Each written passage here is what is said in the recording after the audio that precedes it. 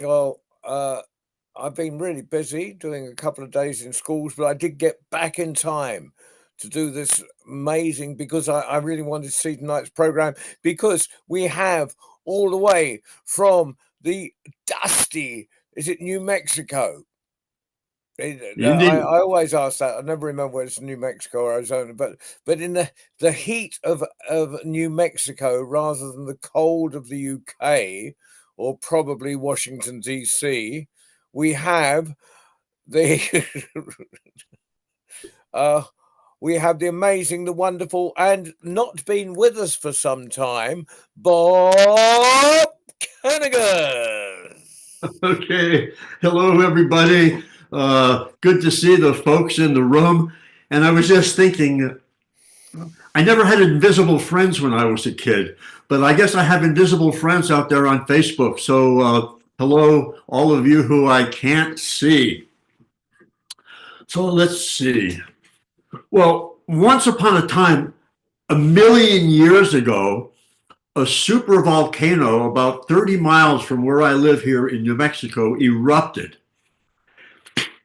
And today, a million years later, the hot lava and the magma from that long ago volcano still heats water in a beautiful, beautiful hot springs not far from where I live. And every once in a while, I have a chance to go soak in these beautiful hot springs. A number of years ago, I was getting ready for a soak. There was another guy, another man who was dipping into the pool at just about the same time. And he was from far, far, as about as far away as you can get from New Mexico. He was from the kingdom of Bhutan, the land where they measure gross national happiness. And so Lama T and I began to talk about all kinds of things. And I asked him if the oral tradition of storytelling was still strong in the kingdom of Bhutan. And he said, "Oh, yeah." He said, "You know, when I was a kid, we had to walk to the village well to get the water. And I walked with my older sister. My older sister would say, 'If you carry the water, I'll tell you a story tonight.'"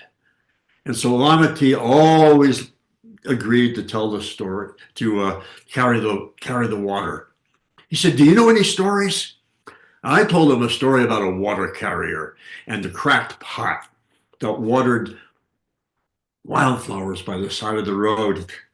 And Lama T said, I love that story. I'm going to call my sister in Bhutan right now and tell her that story." And it was almost midnight when he did that in Bhutan. Well, she liked the story and she said, "Well, tell your new friend Bob that if he likes stories, he might enjoy a book that my friend wrote. It's the first English translation of Bhutanese folk tales." So when I heard that, I went out and I bought the book. And I'd like to tell you the first story from that book of Bhutanese folk tales. They say this is kind of like the national story of Bhutan. You need to know that if you tell a story from Bhutan, you start off not by saying once upon a time, you say Dangbo Dingbo. Dangbo Dingbo. Now, if you say Dangbo Dingbo like that, it means a while ago, but not too long ago. But if you say Dangbo Dingbo, that means a long, long time ago. So, Dangbo Dingbo. There once was an old man. A lot of people thought he was kind of lazy, but very good natured. His name was Mimi Haley Haley, old grandfather Haley Haley. Now, grandfather Haley Haley didn't really like to work too much, but one day he just couldn't avoid it. It was time to plant the buckwheat field for spring. For years and years, there was an old stump of an apple tree right in the middle of the field. and it got in the way of his plow. So this day he decided he was going to have to dig and chop and pull out that old stump of a tree. He went to work and he chopped and he grunted and he chopped and he groaned and he chopped and he sweated and he pulled and he tugged and he pushed and he pulled and he tugged. Finally, the stump tumbled over. And in the hole where that tree had been, Mimi Haley looked down, and his eyes could not believe what they were seeing.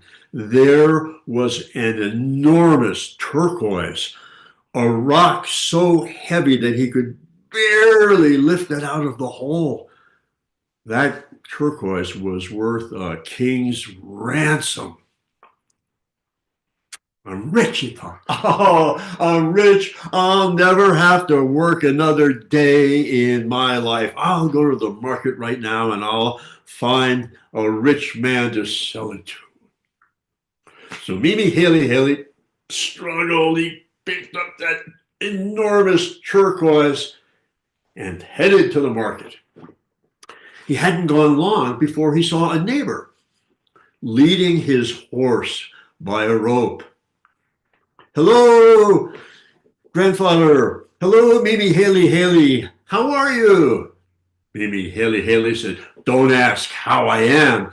Ask what happened to me just now. I was digging in my garden and I found this enormous turquoise. And as he held that turquoise, it was really feeling kind of heavy to him. Neighbor, how about we make a trade? I'll give you this turquoise and you give me your horse. His neighbor thought, Mimi Haley must have been out in the sun too long. His brain is fried. You could buy 1,000 horses with this turquoise. Meanwhile, Mimi Haley was getting impatient. He said, well, do we have a deal or not? Come on, trade or not? And a few minutes later, the neighbor went off with the turquoise. Mimi Haley, with a big smile on his face, took the horse by the rope and he called out to the birds, today, good fortune has smiled on Mimi Haley. Oh, what a lucky man I am. Down the road he went. And a little while later, he met a man leading his ox down towards the market. Well, good morning, Mimi Haley. Everybody knew Mimi Haley. How are you? Oh, don't ask me how I am. Ask me what has happened to me. I was digging in my garden. I dug up an enormous turquoise and I traded it for this horse. Would you like to trade this horse for your ox? Well, it was an old, broken down ox. Probably at the end of its life, the horse was young and spirited and powerful. Oh, is he, Mimi Haley trying to play some kind of joke on me? But the man with the ox did not want to wait to find out. He said this was his lucky day. He traded his ox for the horse. And now, Mimi Haley called up to the clouds in the sky. Oh, good fortune has fallen on Mimi Haley today. I am a happy man. Down the road he went leading his ox. And as the story went, the trades kept going. He met a man who was leading a goat. He traded the ox for the goat. He traded the goat for a sheep. He traded the sheep for a rooster. And each time he called to the birds or the flowers or the clouds about how good fortune had smiled on Mimi Haley. He was getting closer to the market now. What was that he heard? Oh, it was a beautiful song. Someone was singing a song that just made his heart feel so happy and glad. He thought to himself, wouldn't it be wonderful if I could sing like that, if I could learn that song. And then just then, along came a young man singing that very song. Hello, Mimi, Haley, Haley, how are you? Well, don't ask me how I am. Ask me what has happened to me today. I was digging in my garden. I dug up an enormous turquoise. I traded the turquoise for a horse. I traded the horse for an ox. I traded the ox for a goat, the goat for a ram, the ram for you, this rooster, if you would teach me how to sing that song. Well, I don't need the rooster, but I'll take the rooster. Thank you, but I would have taught you the song anyway, said the young man. And as they walked along, that young man taught Mimi Haley Haley how to sing that beautiful, beautiful song. And then the young man went on his way. Mimi Haley Haley didn't need to go to the market anymore. He turned around and he walked home singing that song and calling to anybody who could hear. Today, good fortune has smiled on grandfather Mimi Haley Haley. I am the happiest man in the world. Dongbo Dingbo. That was a long time ago, but Dongbo Dingbo, I think Mimi Haley Haley is still singing that song. Now they say in Bhutan, who's Dangbo Dingbo? Is that just an expression? Well, Dangbo Dingbo apparently are two characters too. And in Bhutan, they say that Dingbo is always chasing Dangbo. And if Dingbo ever catches up with Dangbo, that's going to be the end of the stories. There will be no more stories. So we have to hope that Dingbo never catches up with Dangbo. A story from Bhutan. Do you think Mimi was a wise man or foolish? Yes.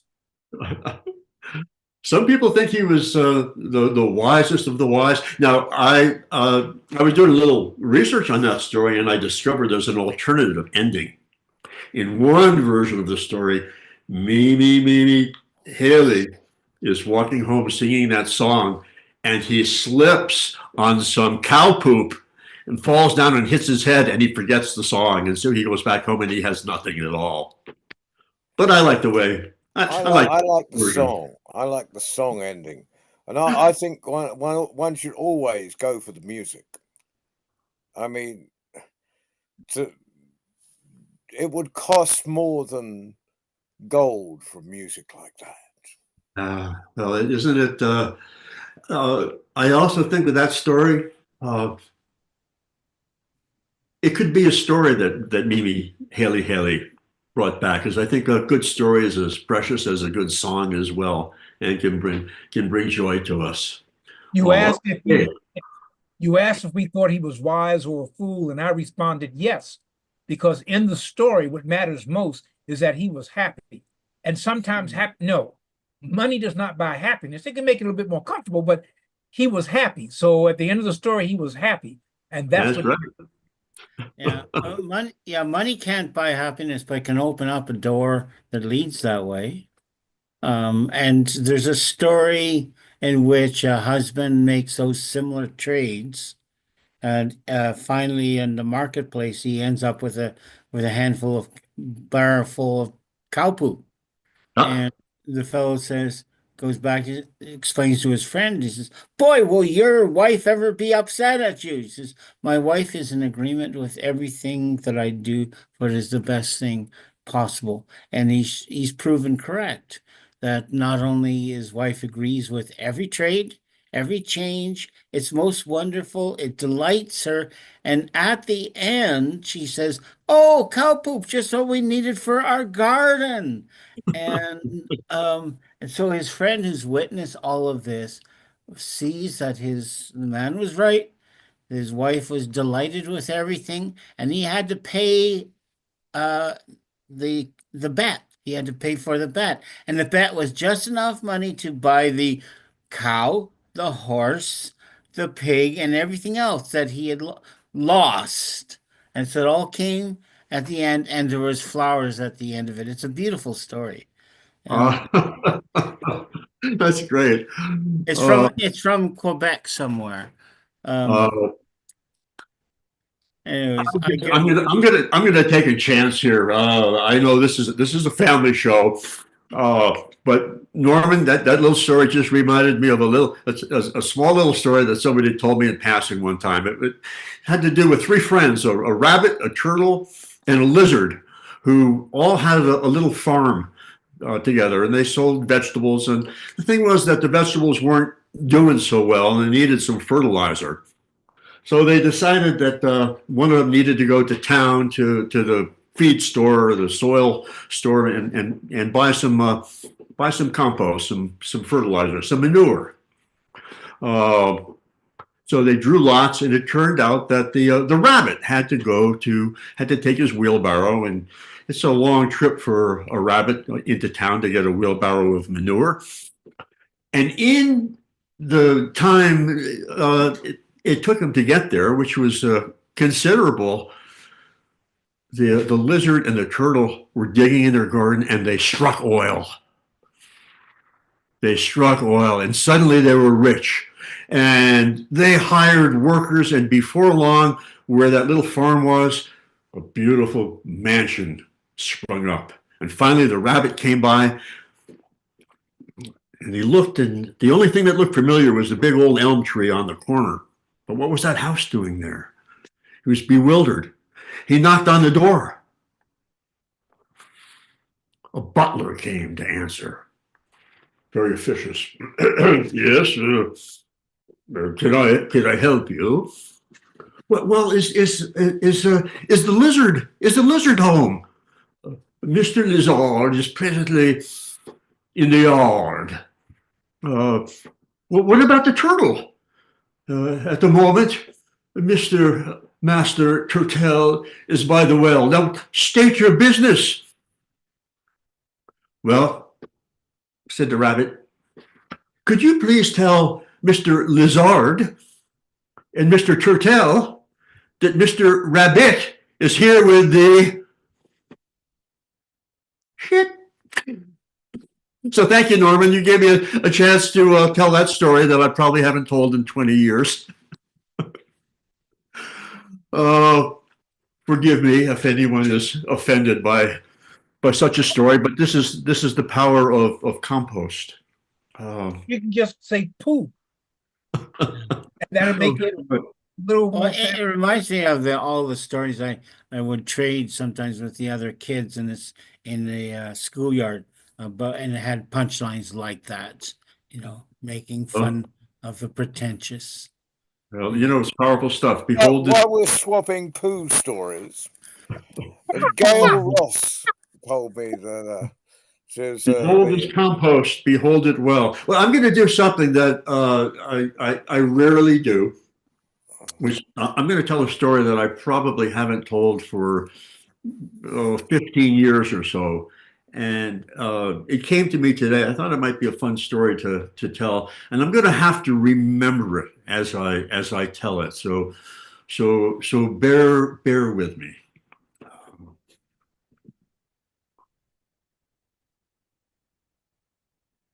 There was once a young, beautiful baby girl who was left on the steps of a church house by a mother who, unfortunately, for some reason, was just not able to care for her.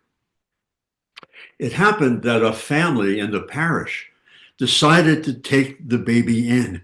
Now, this was not because they were a kind-hearted, loving family. In their mind, they would have a servant that they would not have to pay a pound or a dollar to. They would get a free servant as soon as that little baby was young enough to work. And by the time she was 4 or 5 years old, her feet barely touching the ground when she sat on her stool, she was washing the dishes and scrubbing the floors. And a year or two later, she was thatching the roof. She was doing everything. Her brothers and sisters, her step family, they had a name for her. They said, "Ah, you're worthless." Well, maybe not exactly worthless, but maybe you're worth a half a penny. So they called her Halfpenny.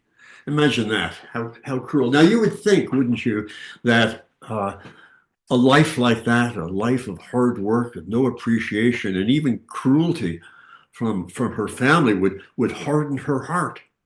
But there was something about this girl. She had the beauty of sunrise, and even at a young age, she had the wisdom of sunset in her soul and happiness. And I guess maybe she had that same thing that Mimi Haley had, a sweetness and a happiness. And she always had a good word for a neighbor, and sometimes a song as well. She gladdened people's hearts when she walked by just to see her. Everybody but her family.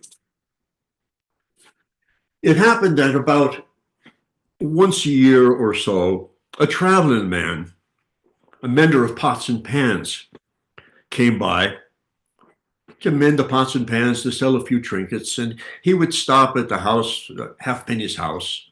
Her brothers and sisters could afford trinkets and so forth. Halfpenny couldn't even afford a ribbon. But she always managed. Now, the traveling man was a tall, he almost looked like a scarecrow with his ragged clothes. He had a patch over one eye, punched over just a wee bit. And Halfpenny would always find a biscuit or bring him a cup of warm milk. And as the years went by and Halfpenny got a little older, she looked forward to the visits of the traveling man. And one day, the traveling man said to Halfpenny, "You know, I've been doing all the taking. You've been doing all the giving. I've been doing all the taking. And it's time I gave something for you." He said, "Do you think you could find an old nail around the place?"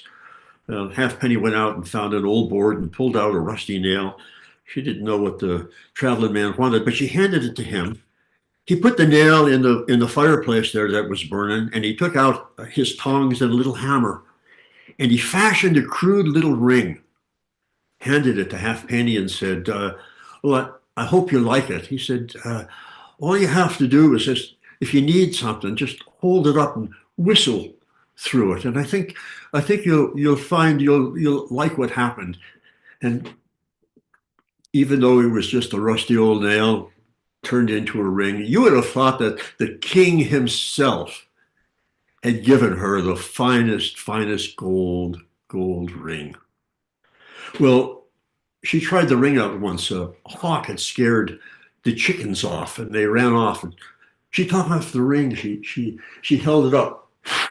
She whistled through it, and just like that, just like little soldiers lined up, marching, all the chickens came back to the hen house. Well, that was good fortune indeed. When she walked by and blew through it, the farmer's corn grew higher. Well, not only were they hard-hearted, but they were a jealous lot. And her brothers and sisters, they envied her good fortune from that ring. And one day, imagine this, the brothers snuck up behind her and they pulled the ring off her finger and threw it into the lake. And that was the end of the ring. Well, for days after her chores, Halfpenny would go down to the lake, hoping that maybe she would find it by the edge of the lake, but she didn't. But what she did see one day was a willow tree sprung up, almost from nowhere. And it gladdened her heart to see it. She cut a little branch from the willow, hollowed out the pith, and made a little whistle out of it. And wouldn't you know that when she blew through that whistle, it brought her just as much good fortune as the ring did. And she would walk by the neighbors, and their hens would lay more eggs, and the cows would give sweeter milk, and it was just everybody knew now that she had this whistle of good fortune. Now, you may know how some of these stories go. In many lands, if the king knows that someone has found something precious, they want to know about it. They might want to have it, right? You know stories like this. So the king heard about the whistle and commanded that the whistle be brought to him. Well, one of the brothers took the whistle from Halfpenny, put it in a beautifully decorated box, and brought it to the castle. He says, "I've brought you the whistle." "Well, really," says the king. He says, did you make this yourself?" "Oh, I did," said the brother. "Well, let me see it. Let me hear it. Play a tune." And when the brother opened up the box, the whistle was half rotted. He couldn't even get a tune out of it. And the king said, "Don't trifle with the king." He says, "It's off to the deep, dark dungeon with you." He said, and he'll stay there for quite some time. Well, when the family found out what happened, they were really, really upset. And they went down to the edge of the lake and they cut down that willow tree. They just cut it right down at the stump. Now, what happens next? Yes. So you can imagine now how Halfpenny is feeling. And she went down and she looked at the stump, and probably for a week, maybe it was a month, she cried tears over the lost ring, the lost whistle. But one day she went down there, and there were green shoots. There were green shoots coming up everywhere from the stump of the tree. She cut some of those shoots. She dried them. She made a basket from those willow shoots. And as you can probably guess now, that basket brought the same kind of good fortune that the ring did, that the whistle did. Oh, what a basket that was. If you put an egg in the basket, it grew bigger. If you put a basket of greens, they grew fresher and greener. And if you emptied the basket, it filled itself. The king got news of the basket. "Bring me the basket." And this time it was the older sister, the eldest of the sisters, who brought the basket. She put some apples in it. She thought the king would appreciate some apples with the basket. And she presented herself as the maker. And "You made this basket?" said the king, looking at her a little sideways. "I did," she said. "I did." She said, "And I've got something for you." And she opened it up. But instead of those ripe red apples, there were slimy, decaying toadstools in there. And the king was sorely vexed. He said, "It's off to the kitchens with you, and you're going to be scrubbing pots and pans until you're an old woman. And maybe you'll learn to clean them as well and shine them the way your stepsister does in your own house." Well, again, now a sister was gone, a brother was gone, and the remaining family, if the king was sore vexed, they were sorely vexed. And they went down, all of them together, and they burnt down what was left of those sprouts that the basket had made from. And there was nothing left but a pile of ashes, nothing at all.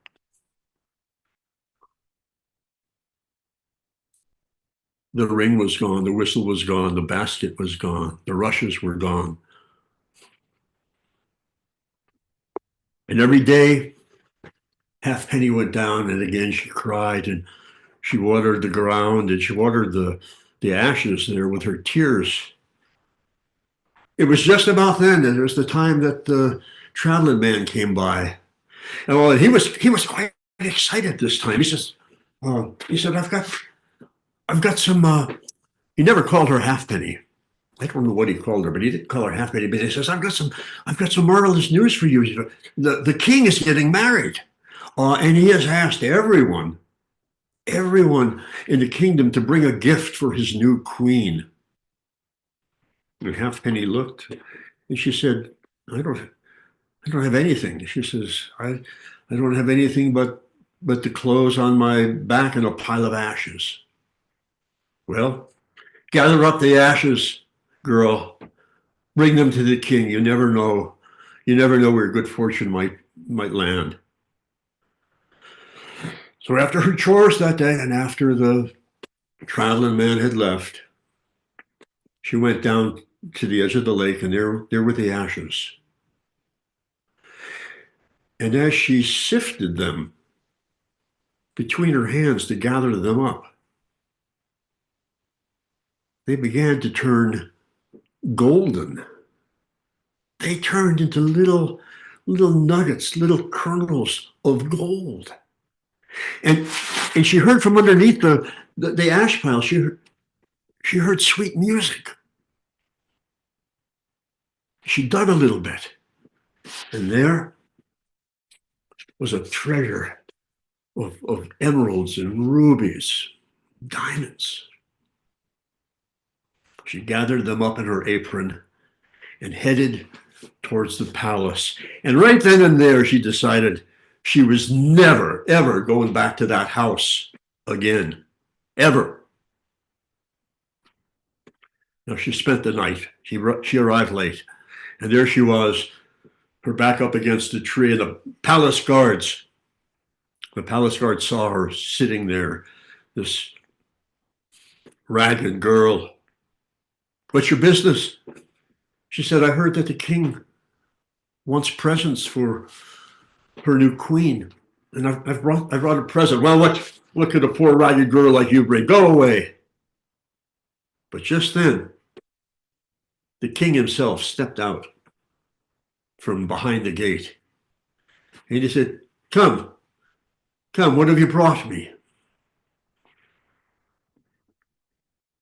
Halfpenny unfolded the kerchief that she had, or where she had wrapped the jewels and the gold, hidden it in her apron. She handed it to the king. He says, is that, he looked at it, he says, is that all you have brought me? Don't you have anything that's worth more than this? And Halfpenny thought, what could be worth more than this? Or like Holly's turquoise, what could be worth more than a king's ransom and treasure? And she thought there's only one thing. She thought, love. And just then, the king put his hand over his eye and winked at her with the other one. Will you give me your love, he said. For the king had been the traveling man in disguise all those years, looking for the most generous girl in the land to marry. I will, she said. And they were married. And imagine being with somebody who has the beauty of sunrise and the wisdom of sunset in their soul. I imagine that they lived and live happily ever after.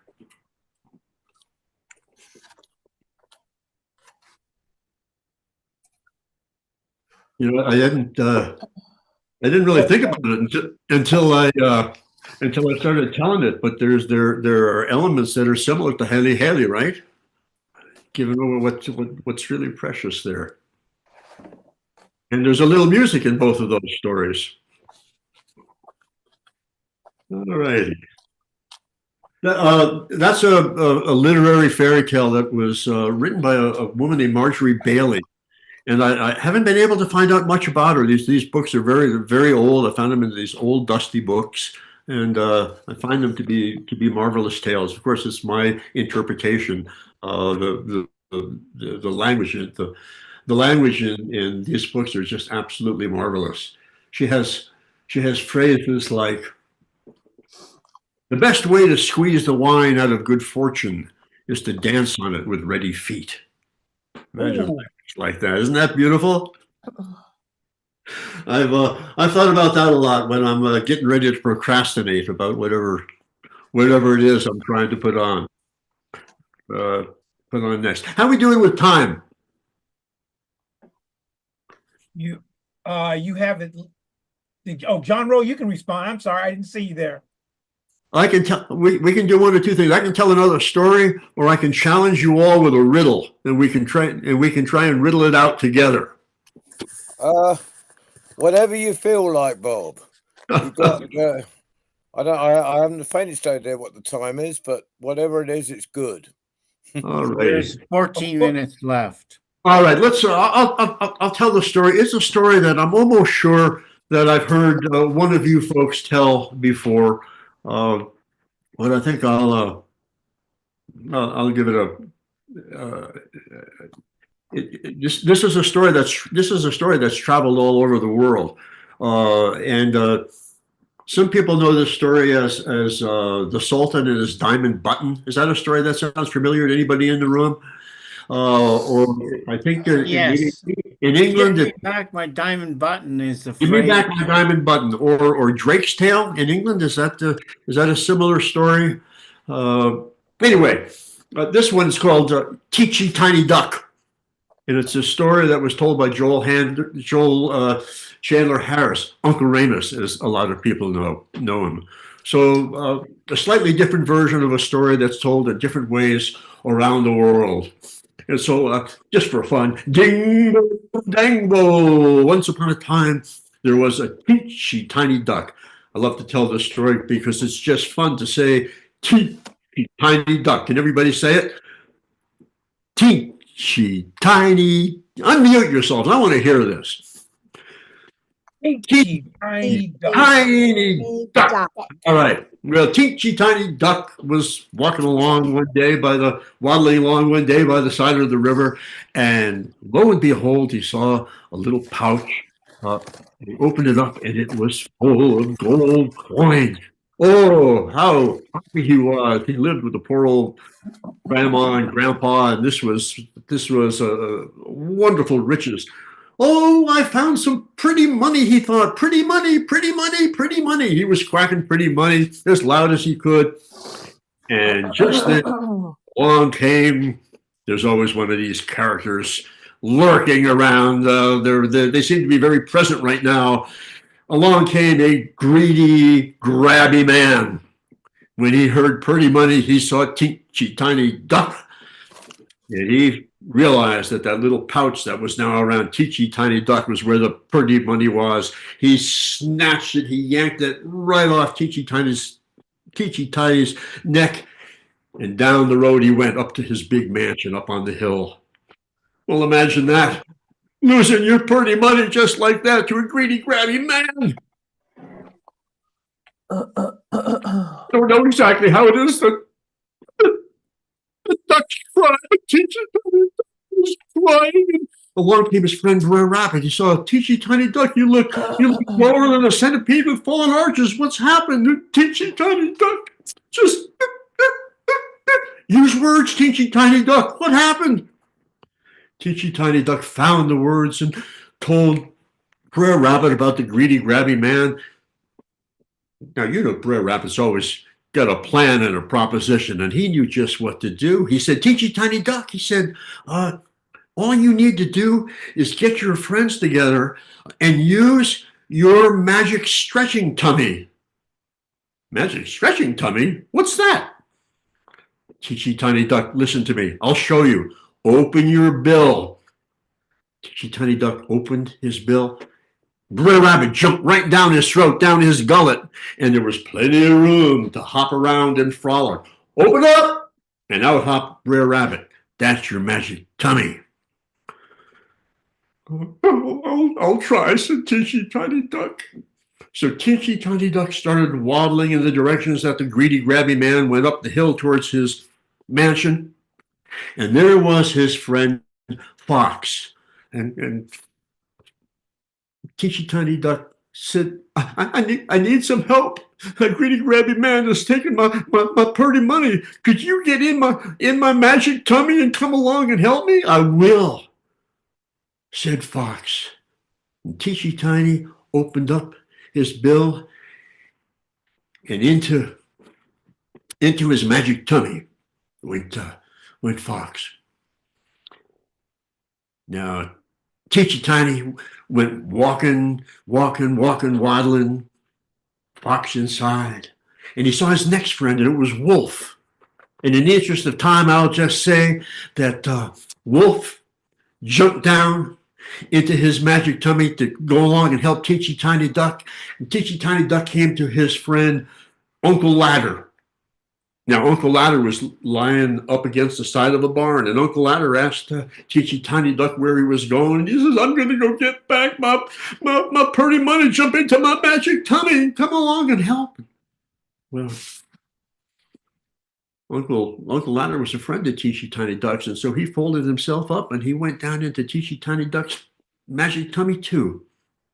Now, next, Teachy Tiny came to one of his very best friends, Grandfather River. And Grandfather River loved Teachy Tiny Duck like no one else. And Grandfather River, why, he just went down and helped. He just joined the others down there in Teachy Tiny Duck's belly. And finally, Teachy Tiny Duck met one more friend. It was Queen Bee.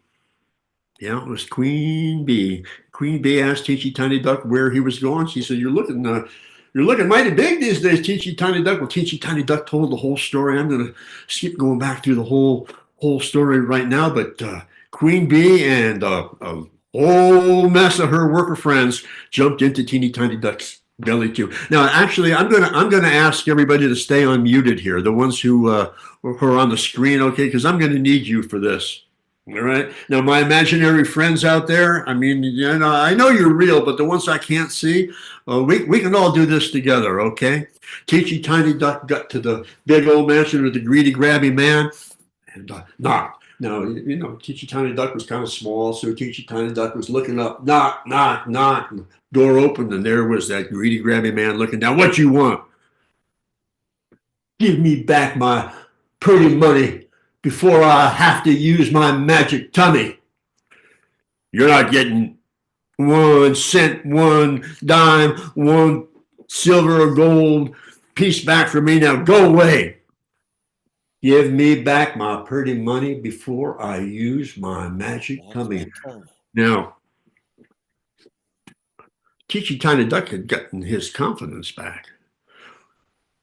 The greedy, grabby man said, well, I know what I'll do with you. He took Teachy Tiny Duck. Oh, okay, this is, you know, I should have given a trigger warning for this, but he took Teachy Tiny Duck, and he threw him in a chicken coop with a mean old rooster. He said, that rooster's going to peck you, he's going to scratch you, he's going to cut you, and in the morning, you're not going to be a Teachy Tiny Duck, you're going to be a dead duck. And he threw him in with that mean old rooster, and that mean old rooster took one look at Teachy Tiny Duck. Oh, and those razor sharp talons that he had, he knew what he was going to do with that. But now this is going to be one of the lines you're going to use. Teachy Tiny Duck had friends. Can I hear everybody say that? Teachy Tiny Duck had friends. Friends. Come on out of my magic tummy, Fox. And you know what Fox was like to eat, right? So the Fox made quick work of that rooster and all the chickens. And in the morning, the greedy, grabby man did not find a dead duck. He found Teachy Tiny Duck alive and well. Now, can I have an alive and well with some body English on it? He found Teachy Tiny Duck alive and well. Ooh, now he was sorely vexed. He said, well, all right. He said, give me back my pretty money before I use my magic tummy again. You're not going to use your magic tummy again. Greedy, grabby man grabbed Teachy Tiny Duck again. This time he threw him in the barn. Oh, he had a stallion in there that was high-spirited and as mean as he was. He said, that stallion is going to kick you and stomp you in the morning. I'm not going to find a teensy tiny duck. I'm going to find a dead duck. Yeah. Well, he Oh, threw him in dead the, duck. he threw teensy tiny duck in the barn. That stallion took one look at him. Oh, you could see the fire in his eyes, almost green. Oh, he was just getting ready to stomp, stomp, stomp. But this is your line. Teensy tiny duck had Right. friends. Come on out of my magic tummy. And who came out next? Wolf. Wolf. Oh, Wolf jumped out, and Wolf showed his fangs, and that stallion, he knew what the wolf had in mind. He didn't wait to find out what was going to happen next. He kicked his way out of that barn. He ran off, and he was never seen again. And in the morning, the greedy, grabby man didn't find a dead duck. He found Teensy Tiny Duck Alive and well. let me. Oh, he said, what am I going to do? Give me back my magic. Give me back my pretty money before I use my magic honey. Oh, this time he says, I got to get rid of this troublesome duck once and for all. He had a dry well. Oh, it must have been 30 feet down there. He threw Teensy Tiny Duck down at the bottom of the well. But Teensy Tiny Duck had friends. Oh, who came out next? River. Uncle Ladder. Ladder. Uncle Ladder unfolded himself, leaned up against the side of the well. Teensy Tiny Duck waddled up to the top, and in the morning, the greedy, grabby man didn't find a dead duck. He found Teensy Tiny Duck. Man, you try that again because it feels so good to do that. Alive and well right now. Okay. Ooh, now you're gonna do now. Oh, well, it was about lunchtime, and he thought, okay, barbecue. The barbecue time. This story gets worse and worse. Oh man, it gets more and more difficult for Teensy Tiny Duck because now Teensy Tiny Duck was going to be lunch. Greedy grabby man took Teensy Tiny Duck. He tied him to a log, put the log up against the fire, lit a match, and waited for his lunch. But Teensy Tiny Duck had friends. Send out, Magic Tummy, send out now. Grandfather River. And Grandfather River came out, he flowed out, he put that fire out. The fire had just singed the ropes enough so the Teensy Tiny Duck was able to get away. He went right back up to that door, knocked on it again, and said, "Now, I'm telling you, give me back that pretty money before I use my magic tummy. You don't want to know what's going to happen next. You don't want to know what's going to happen next." And children, if you're out there, I know this is going to be a little scary, and I hate to tell you that there's even people like this, but that greedy old grabby man said, well, you want to get a job done, you just got to do it yourself. When he grabbed Teensy Tiny Duck, and he started to wring Teensy Tiny Duck's neck. And Teensy Tiny Duck could barely breathe. He could barely get a squeak or a quack out, but just enough. Send out the bees. And out came Queen Bee, followed by hundreds and hundreds of her followers. And they stung the greedy grabby man on his eyes and his nose and his ears and his lips and his tongue, and they went down the back of his pants and they stung him you know where, and that was just too much for the greedy grabby man. He says, all right, I'll give you back your pretty money. And he did. Teensy Tiny Duck even made him empty out his pockets for a little spare change. Nice one. Back they went back on home, and all his friends went back to their places. And the bees went back to their hive. Grandpa River went back to the riverbed. Uncle Ladder leaned himself up against the side of the barn. Fox and Wolf went back to their families and their litters and their pups. Teensy Tiny Duck went back to his home and Grandma and Grandpa. And they live well. And I hope they still do. And thank you. Thank you for the tellers from all over the world who have kept that story alive, and to remind us that even though there are and will always be greedy, grabby men and women, when you have friends, anything's possible. So thank you. Whoa. That story quacked me up. And that's great. I know Sue Arnold tells a Turkish version, and so. And But Celia thank you, Bob. Lottridge. Well, thank you for tuning in, everybody, and it's just good to see you. You know, I missed being in America so much this year. Liz and I are looking forward to being back in a couple of years, or maybe 2 years time. maybe before that, or seeing you somewhere else. Seeing you somewhere else at the crossroads. It was wonderful to catch the spirit of the festival from afar. Hey, Bob. Yeah. Speaking of Crossroads. Who's talking there? Oh, it's Bob. Policy. Speaking of Crossroads, storytelling wise, you and I are at Crossroads because we show the rich diversity of storytelling in the United States. You're in New Mexico. I'm on the East Coast in Washington, D.C. And the stories, the plethora of types of stories we tell and their origins, it's a storytelling festival in itself. So thank you, sir. And next week is Barbara Weller. Deborah Weller, and she's Florida. Yes.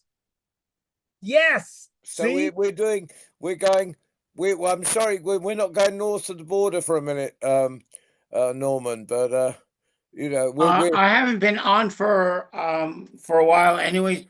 So consider the offer open. Oh well, we're going to the. We're going to the. We're for the moment for the next week, and we're going to Florida. You know, and that's south of the border. You know, that little suburb of Canada south of the border. So. Well, John, Florida is not considered south. It has a designation of its own, but that's a whole. Let's not get into that. Yes. But so we got. So we've having Bob. I don't know when Bubba C's back on. I'll get in touch with you, Norman. When the next schedule's going. And me. Well, maybe we'll just do a few weeks, and I think towards the end of March, probably put Jaznami on again, which would be great from Punjab. But meanwhile, thank you, Bob. You have been magnificent. A big round of applause for Bob and Kanegis. Thank you all. Thank you all for coming, Keith. It's good to see you again, and Despina, Noella, Norman, Baba C, as always, John. Thank you all. And thank you. And cute Sir Louis, Sir Mr. President, King Louis Timmons. See you next week. King Louis. Oh, there he is. I didn't. Okay. There you are. I didn't see there in the screen. It was almost blacked out. He's on the way there. Oh, but everybody, welcome Louis. He turned 18, right? So welcome Louis. How old? Yes. You can vote, Louis. He is now officially an adult. Welcome to adulthood. Thank you, BBC. Okay. Right. Meanwhile, let us get on with our lives wherever they are and whatever time it is in this big, wide world. And as always, Waleed, show yourself. because Waleed has, as usual, been piloting the magic carpet. Thank you. Yeah, thank you. Bye, everyone. Okay. Bye, everyone. Take care. Bye, Safe Amanda. Bye. journey. Participant. Bye. Bye. Bye. Take care, Louis. Everyone take care. Mhm. Right, yeah. John Roy, I definitely want to do in August, just before my birthday. But I want to do Okay. it before then. I haven't programmed August yet. Keep reminding me. I will, but I I've still just want to got do to something find. before Trying to. then. All right. All right, Lovely. John, I'll look for those links that you sent me. Thank you as always. Yeah, and remind me if I forget. And remind me if I forget to remind you, because I forgot. Yeah, well, I've forgotten already. See you. Bye. Take care. All right, Waleed, just for you. See out.